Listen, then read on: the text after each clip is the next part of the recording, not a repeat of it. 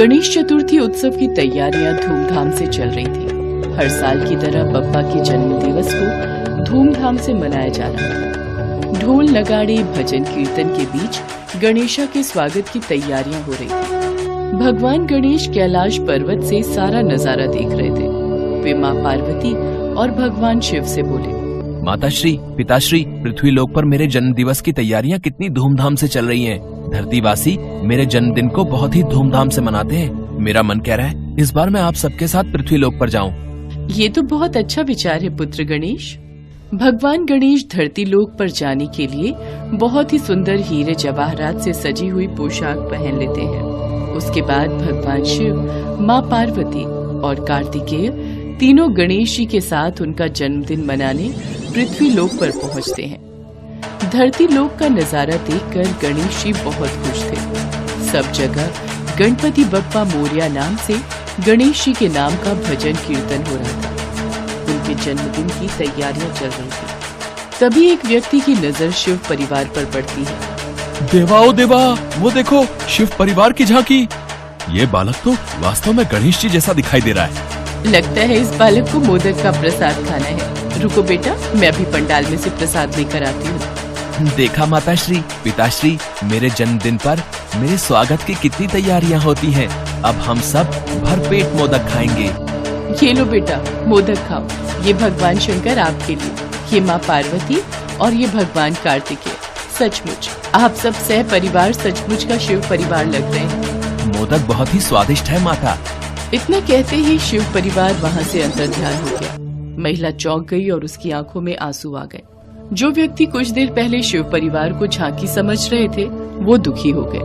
हमने सचमुच के शिव परिवार को पहचाना नहीं। हमसे बड़ी भूल हो गई। भगवान कब किस रूप में आ जाते हैं पता ही नहीं चलता। तुमने सही कहा भाई, भगवान आए और चले गए, हमने उन्हें पहचाना ही नहीं। चलो अंदर पंडाल में चलकर भगवान गणेश की पूजा अर्चना करते हैं और उनसे क्षमा याचना करते हैं। भगवान गणेश अपने माता पिता और भाई के साथ अपने जन्मदिन की तैयारियां देखते हुए आगे बढ़ रहे थे। तभी उनकी नजर एक टूटी फूटी झोपड़ी पर जाती है जिसमें बहुत अंधेरा और सन्नाटा था। माताश्री, पिताश्री, इस झोपड़ी में अंधेरा क्यों है? क्या यहाँ पर कोई नहीं रहता? पुत्र, ये तो झोपड़ी के समीप जाने पर ही पता चलेगा। गणेश जी सबके साथ झोपड़ी के समीप पहुँचते हैं। झोपड़ी में एक गरीब परिवार रहता था जिसमें बीमार बूढ़ी माँ, पति पत्नी और 2 बच्चे थे जो भूख से बिलख रहे थे। झोपड़ी में एक कोने पर छोटी सी भगवान गणेश की मूर्ति रखी थी जिसके सामने एक दीपक जल रहा था और पत्नी गणेश भगवान से प्रार्थना कर रही थी। कमला, भगवान गणेश की पूजा करने से क्या होगा? वो हमारी सुनते ही कहाँ है। कितने दिनों से कोई काम नहीं मिला। माँ की दवाई लानी है, घर में खाने को कुछ भी नहीं है। मैं सचमुच बहुत लाचार हो गया हूँ। कोई काम देने को राजी ही नहीं होता। मुझे तो लगता है हम गरीबी में ही दिन काट कर इस दुनिया से चले जाएंगे। ऐसा न कहो जी। गणेश चतुर्थी के पावन अवसर पर भगवान गणेश की पूजा अर्चना से हमारे सारे दुख दूर हो जाएंगे। गणेशा, आपके जन्म दिवस पर मैं आपको बस खिचड़ी ही भोग लगा रही हूँ। घर में खाने को कुछ भी नहीं है, बस यही थोड़े से चावल और दाल रखी थी। ये भोग स्वीकार करो प्रभु।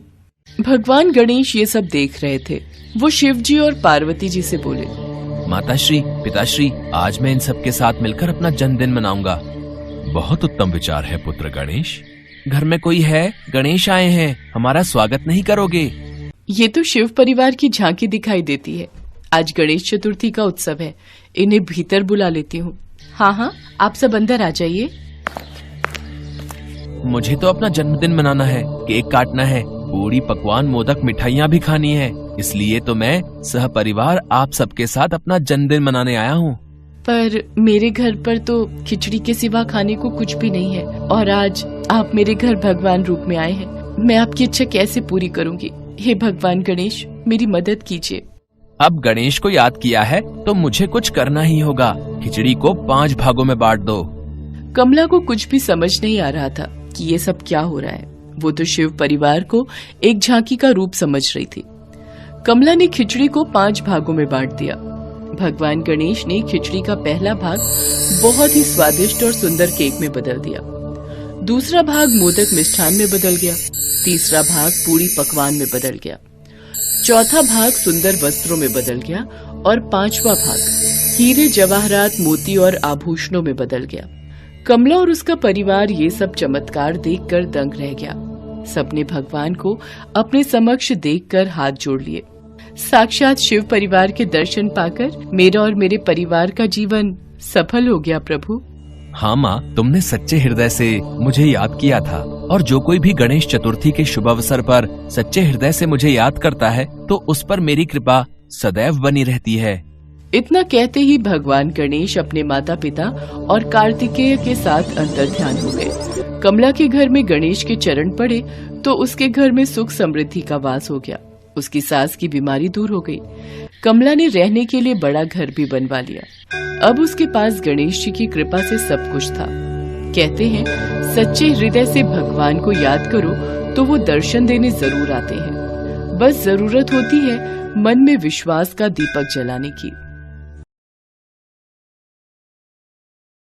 एक बार की बात है, भगवान शिव और माँ पार्वती आपस में वार्तालाप कर रहे थे। तभी वहाँ भगवान गणेश जी आ जाते हैं। क्या बात है माताश्री, पिताश्री, आपने मुझे बुलाया?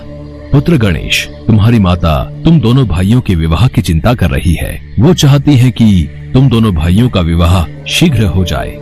हे माताश्री, हे पिताश्री, आप मेरी ओर से बिल्कुल भी चिंता मत कीजिए। जिस कारण से मेरे माता पिता चिंता में पड़े हैं, मैं वो कारण ही समाप्त कर देता हूँ। मैंने ये निर्णय कर लिया है कि मैं विवाह नहीं करूँगा। इतना कहकर भगवान गणेश वहाँ से चले जाते हैं। देवी पार्वती, तुम्हें दुखी होने की कोई आवश्यकता नहीं है। सब कुछ समय पर छोड़ दो। समय अपने आप सब कुछ व्यवस्थित कर देगा, और देखना तुम्हारा पुत्र गणेश एक दिन विवाह के लिए अवश्य मान जाएगा। उधर भगवान गणेश वन में तपस्या करने के लिए चले जाते हैं। भगवान गणेश ध्यान मग्न थे। तभी वहाँ पर देवी तुलसी आ जाती हैं और भगवान गणेश के विचित्र रूप को देखकर वो बहुत प्रभावित होती हैं। वो साधना में लीन भगवान गणेश के ध्यान को भंग करने लगती हैं, जिससे भगवान गणेश का ध्यान भंग हो जाता है। देवी, तुम कौन हो और यहाँ क्यों आई हो? मेरी ध्यान साधना में विघ्न उत्पन्न करके अच्छा नहीं किया तुमने। हे देव, मैं धर्मध्वज की पुत्री तुलसी हूँ। मेरी माता का नाम माधवी है। मैं अपने वर की खोज में यात्रा पर निकली थी। आपको देखकर लगा जैसे मेरी यात्रा का उद्देश्य पूर्ण हो गया है। आपके विचित्र रूप ने मुझे बहुत प्रभावित किया है। मैं आपसे विवाह करना चाहती हूँ। नहीं देवी, मैं आपसे विवाह नहीं कर सकता। मैंने विवाह ना करने का प्रण लिया है। कृपया करके आप यहाँ से चली जाइए। भगवान गणेश जी ने देवी तुलसी जी से विवाह करने के लिए मना कर दिया। इस बात से तुलसी जी क्रोधित हो गई। क्रोधित हो उन्होंने गणेश जी को श्राप दे दिया। तुम आज शादी करने से मना कर रहे हो, और एक समय आएगा जब तुम्हारी 2 शादी होगी और 2 पत्नियों के साथ तुम अपना जीवन व्यतीत करोगे। तुलसी जी के श्राप को कुछ समय बीता। तब तक भगवान गणेश की भी विवाह करने की इच्छा होने लगी, लेकिन उस समय कोई भी देवी देवता अपनी पुत्री का विवाह भगवान गणेश से नहीं करना चाहते थे। देवताओं का कहना था कि सभी देवी देवता इतने अधिक रूपवान हैं और गणपति देवताओं से अलग दिखते हैं, इसलिए उनसे कोई विवाह नहीं करना चाहता था। विवाह न होने से गणपति क्रोधित रहने लगे और जिस भी देवी देवता का विवाह होता उनमें विघ्न उत्पन्न करते रहते थे, जिसमें उनकी मदद उनका वाहन मूषक करता था। मूषक गणेश जी के आदेश पर देवताओं के विवाह के मंडप को नष्ट कर देता था और ऐसे में उनकी शादियों में अड़चनें पैदा हो जाती थीं। सभी देवी देवता घबरा गए और परेशान होकर भगवान शिव और माता पार्वती के पास पहुँचे। प्रभु, भगवान गणेश को न जाने क्या हो गया है। जिस किसी का भी विवाह होने वाला होता है उसमें विघ्न उत्पन्न करने के लिए मूषक को भेज देते हैं और वो सारे मंडप और विवाह के व्यवस्थित स्थल को तहस नहस कर देता है। सभी देवी देवता अपने विवाह को लेकर बहुत चिंतित हैं। इस समस्या का हल ढूंढने के लिए आपको ब्रह्मा जी के पास जाना होगा। वही इस समस्या से निकलने का समाधान बता सकते हैं। इसके बाद सभी देवी देवता ब्रह्मा जी के पास गए और अपनी समस्या बताई। हे ब्रह्मदेव, कुछ कीजिए। अब आप ही समस्या का कोई समाधान बता सकते हैं। आप सभी को घबराने की कोई आवश्यकता नहीं है। हर समस्या का समाधान अवश्य होता है। इतना कहते ही भगवान ब्रह्मा जी ने योग से 2 पुत्रियों को उत्पन्न किया और उनका नाम रिद्धि सिद्धि रखा।